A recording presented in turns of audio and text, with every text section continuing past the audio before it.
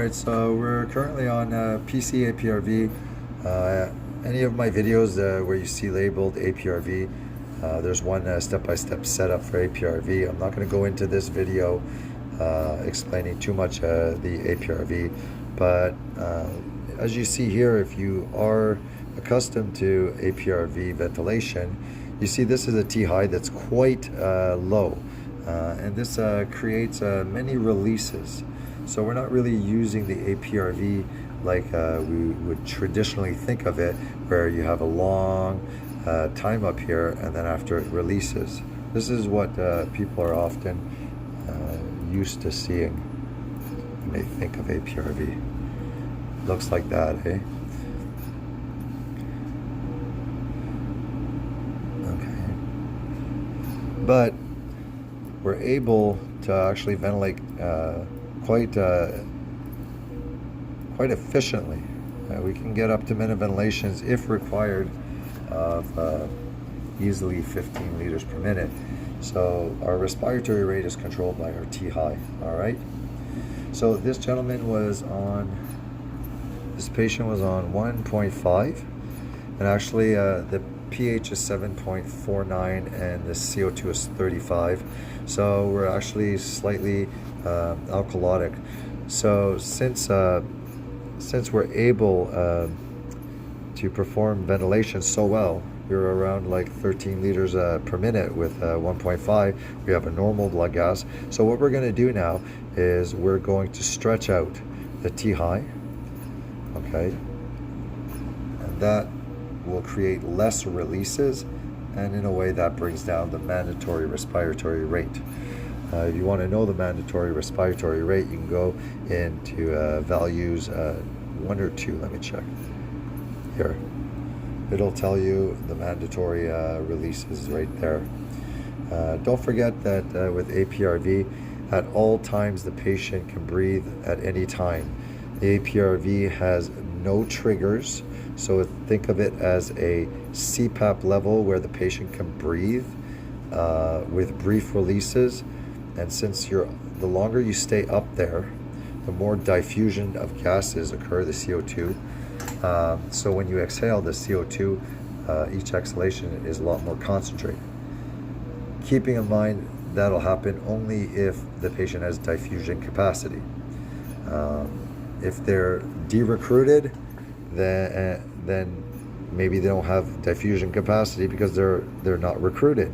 So if you stretch them out, you might have time to open up the alveoli. Now you have more surface area for diffusion to occur.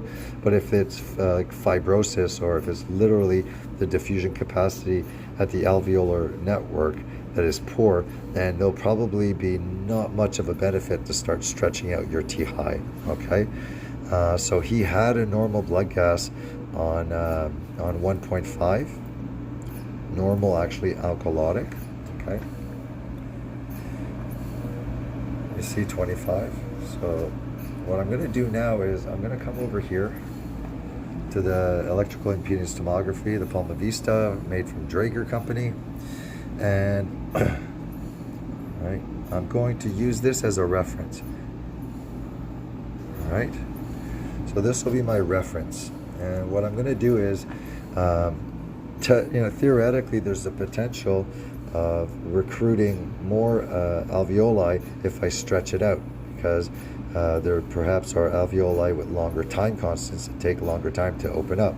So I'm using this 1.5 as a reference, and then after, when I come back for my next round, I'll look here and I'll be able to compare with the reference and see if there is any improvement in any of the impedance.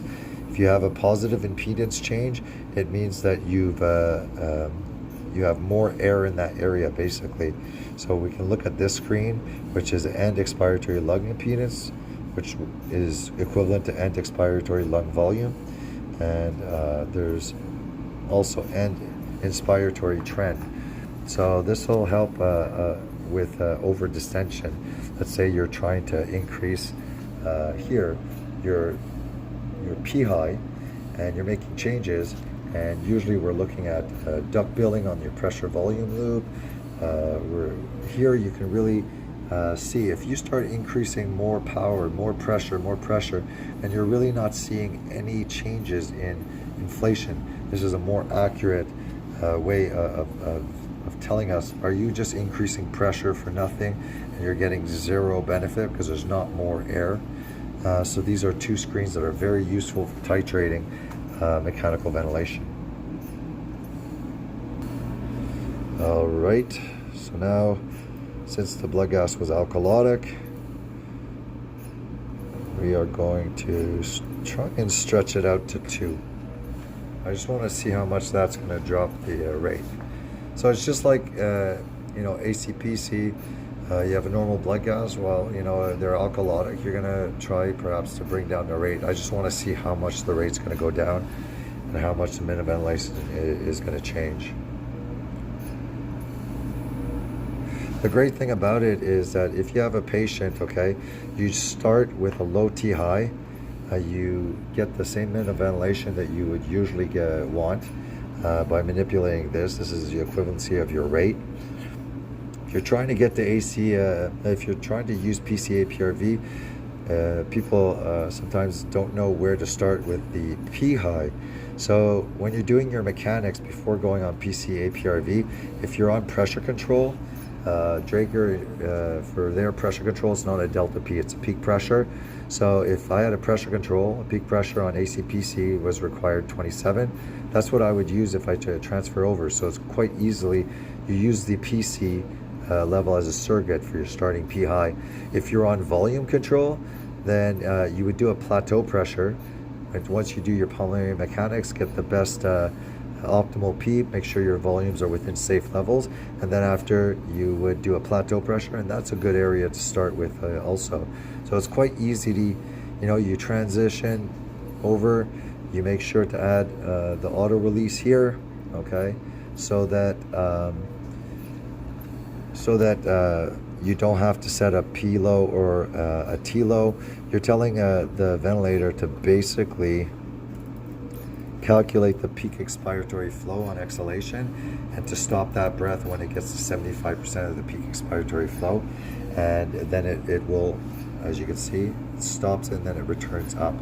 And that's all based on Dr. Nadir Habashi. I'm not saying it's all based on, but I saw him in Draeger Global lectures. He did a lot of study in the labs, in vivo microscopy, that really showed that if you're trapping 75% of the peak expiratory flow, then you're creating the best alveolar stability.